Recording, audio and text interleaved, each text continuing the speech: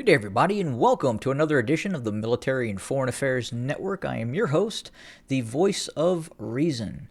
Today, we are continuing our coverage of the ongoing civil war taking place inside of the former state of Ethiopia. And I can say that you, the viewer, heard it kind of here first on Military and Foreign Affairs Network, that indeed major elements of the Tigrayan Defense Forces were in fact withdrawing from the Afar region. We had reported that yesterday in terms of certain areas where we had believed that the TDF may in fact be pulling out of. Again, this is a designed withdrawal of forces from the Afar region, really designed to facilitate having those humanitarian trucks and supplies be allowed into the Tigray region. Now, I do have some doubts on whether said agreements will be honored by the Abiy Ahmed regime inside of Addis Ababa. It's very difficult to say if, in fact, the Abiy loyalist forces will in fact allow those humanitarian convoys into the Tigray region. One other comment that I wanted to talk about and discuss real quick on this topic is I'm now seeing that the President of the United States, Joe Biden, has identified the conflict in Ukraine and has utilized the word genocide for what is happening in the last 50 days of the war inside of Ukraine. Now, obviously, we have seen a tremendous toll on both the military of both parties involved in the fight, and we have also seen, unfortunately, civilian casualties taking place as well, given the high-intensity nature of the war. But at the same time, I would urge caution in terms of identifying that as a genocide, when in fact, you quite possibly have the makings of what could be identified as genocide for the last year inside of the Tigray region. You have cases where you have both political and religious leaders that are supportive of the Abiy Ahmed regime, quite frankly, calling for the elimination of an entire race of people. And that is both within the political sphere and, more importantly, and more disconcerting, is within the religious sphere as well. And that is actively happening within the course of this conflict. And as you compare and contrast the two conflicts, which this one has been going on for well over a year and has been up until the Ukraine conflict, the largest military conflict taking place on the planet Earth, but again, not a lot of media coverage of the conflict.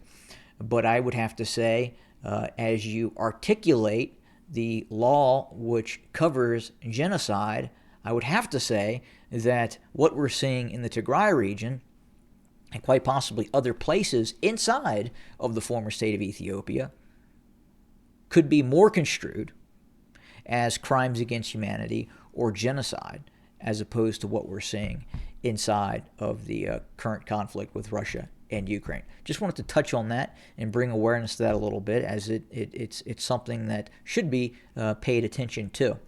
But we'll see. We were first to report the pullback of TDF forces from the Afar region, and it's now being announced on some other media sources that, in fact, the Tigrayan Defense Forces are pulling back from some of those security zones that were established for self-defense purposes for the Tigray region.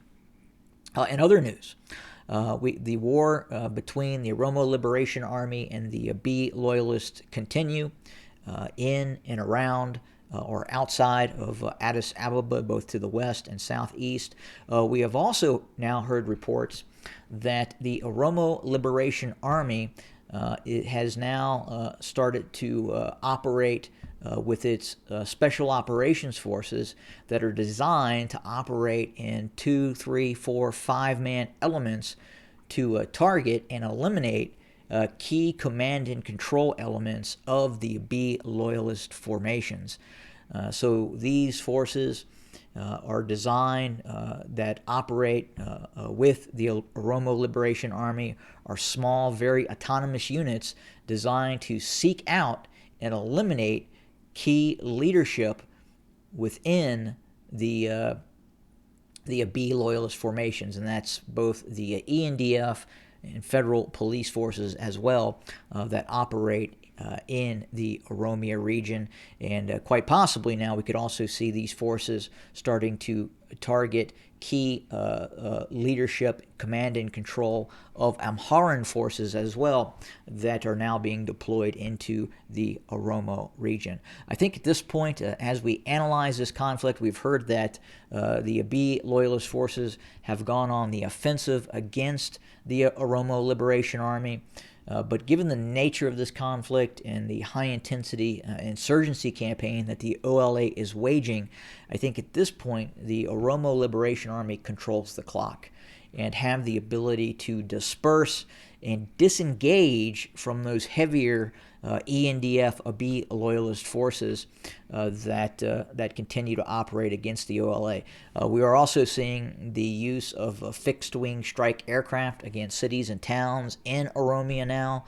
This is probably having to do more about the frustration within the ENDF, within the Abiy loyalist forces, and its inherent frustrations with having to campaign against a very large insurgency force in terms of how the OLA is generally operating. Now, at the same time, we do see some heavy conventional aspects within this conflict as well, in terms of now the OLA seizing control of towns and areas and being able to hold on to those towns and areas and further attack ENDF or Oromo regional forces.